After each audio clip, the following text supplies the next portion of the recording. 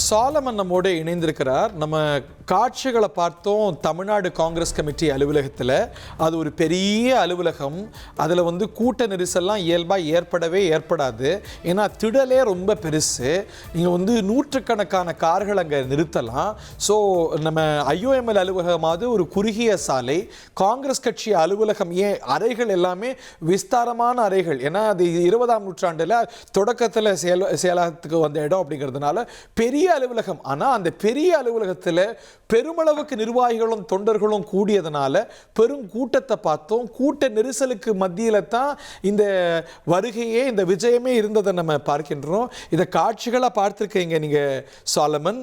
அந்த கூட்டத்தை நீங்கள் பார்த்துருப்பீங்க. காவல்துறையினர், செக்யூரிட்டி அஃபீஷியல்ஸ் எல்லாம் திணறி போனதை பார்த்தோம். இது பற்றி விரிவாக நேயர்களுக்கு சொல்லுங்கள்.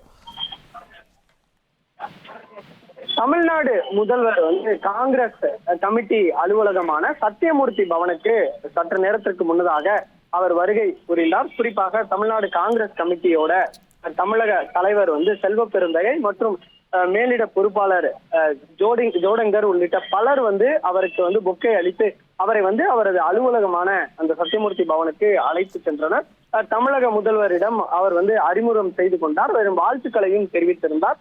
அப்போது ஏராளமான தொண்டர்கள் அந்த சத்தியமூர்த்தி பவனுக்கு வருகை தந்திருந்தனர். குறிப்பாக இந்த காலையிலேயே முடிவு செய்யப்பட்டிருந்தது. தமிழக முதல்வர் சத்தியமூர்த்தி பவனுக்கு வருகை தர இருப்பதாக புரிய வந்ததை அடுத்து அவர்கள் அனைவருக்குமே, அதாவது முக்கிய நிர்வாகிகளுக்கு மட்டுமே பாஸ் ஆனது கொடுக்கப்பட்டிருந்தது. பல முக்கிய நிர்வாகிகள் அதுல விடுபட்டதாகவும் கூறப்படுகிறது. இதனால முன்னதாகவே இந்த காங்கிரஸ் அலுவலகத்திற்குள்ள, அந்த சத்தியமூர்த்தி பவனுக்குள்ள எந்த விதமான வாகனங்களும், கார் மற்றும் வாகனங்கள் எதுவுமே அனுமதி கிடையாது. அனைவருமே சாலையில தான் நிறுத்திவிட்டு உள்ளே செல்ல வேண்டும் என தெரிவித்திருந்தனர். அதன் அடிப்படையிலேயே வாகனங்கள் முழுவதுமே, அதாவது செல்வ பெருந்தகையோட வாகனம் தவிர்த்து மற்ற எந்த வாகனமே சத்தியமூர்த்தி பவனுக்கு அனுமதிக்கு கொடுக்கவில்லை.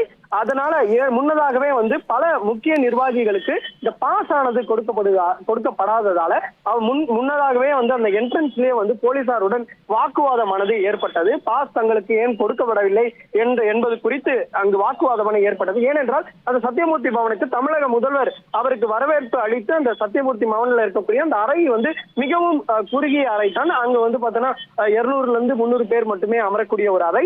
ஆனால் பாஸ் ஒரு சிலருக்கு, அந்த 300 பேருக்கு மட்டுமே கொடுக்கப்பட்டு மற்றவருக்கு கொடுக்காததால பல முக்கிய நிர்வாகிகள் மற்றும் தொண்டர்களுக்கு விடுக்கப்பட்டதால அவர்களும் உள்ளே வந்தனர். பாஸ்களை கேட்காமல் நாங்கள் முக்கிய நிர்வாகிகள் என்று கூறி அவர்கள் உள்ளே வந்ததால அங்கு பெருமளவிலான கூட்டமானது ஏற்பட்டது. அப்போது தான் தமிழக முதல்வர் வரவேற்கும் போதே பல இடைஞ்சல்கள் அங்கு ஏற்பட்டது. பின்னர் அந்த கூட்ட நெரிசலிலேயே அவர் உள்ளே சென்று அவர் வரவேற்பு அளித்து அவரை காமராஜர் படத்திற்கு மரியாதை செலுத்தினார். மலர் தூவி மரியாதை செலுத்திவிட்டு சிறிது நேரத்திலே அங்கு சென்று செல்வ பெருந்தகை மற்றும் தமிழக முதல்வரும் செல்பியும் எடுத்துக்கொண்டனர். அதன் பின்னர் வெளியில் வரும்போதும் அதிகப்படியான தொண்டர்கள் வந்ததால அங்கு சற்று தள்ளுமுள்ளானதும் ஏற்பட்டது. அதன் பின்னர் புறப்பட்டு தான் தற்போது தமிழக முதல்வர் விஜய் CV சண்முகம் வீட்டிற்கு சென்று கொண்டிருக்கிறார்.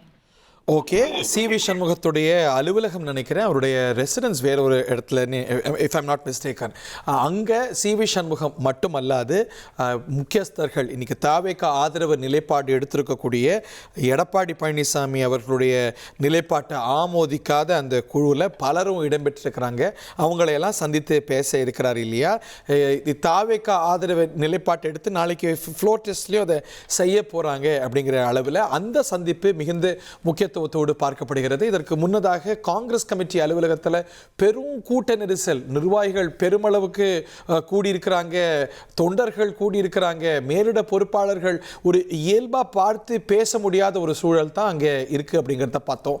ஏன்னா ஒவ்வொரு அடியிலையுமே ஒரு கூட்ட நெரிசலை தாண்டி காவல்துறையினருக்கே கூட பெரிய சவாலாக இதை சமாளிக்கிறது இருந்தது அப்படிங்கிறத பார்த்தோம்.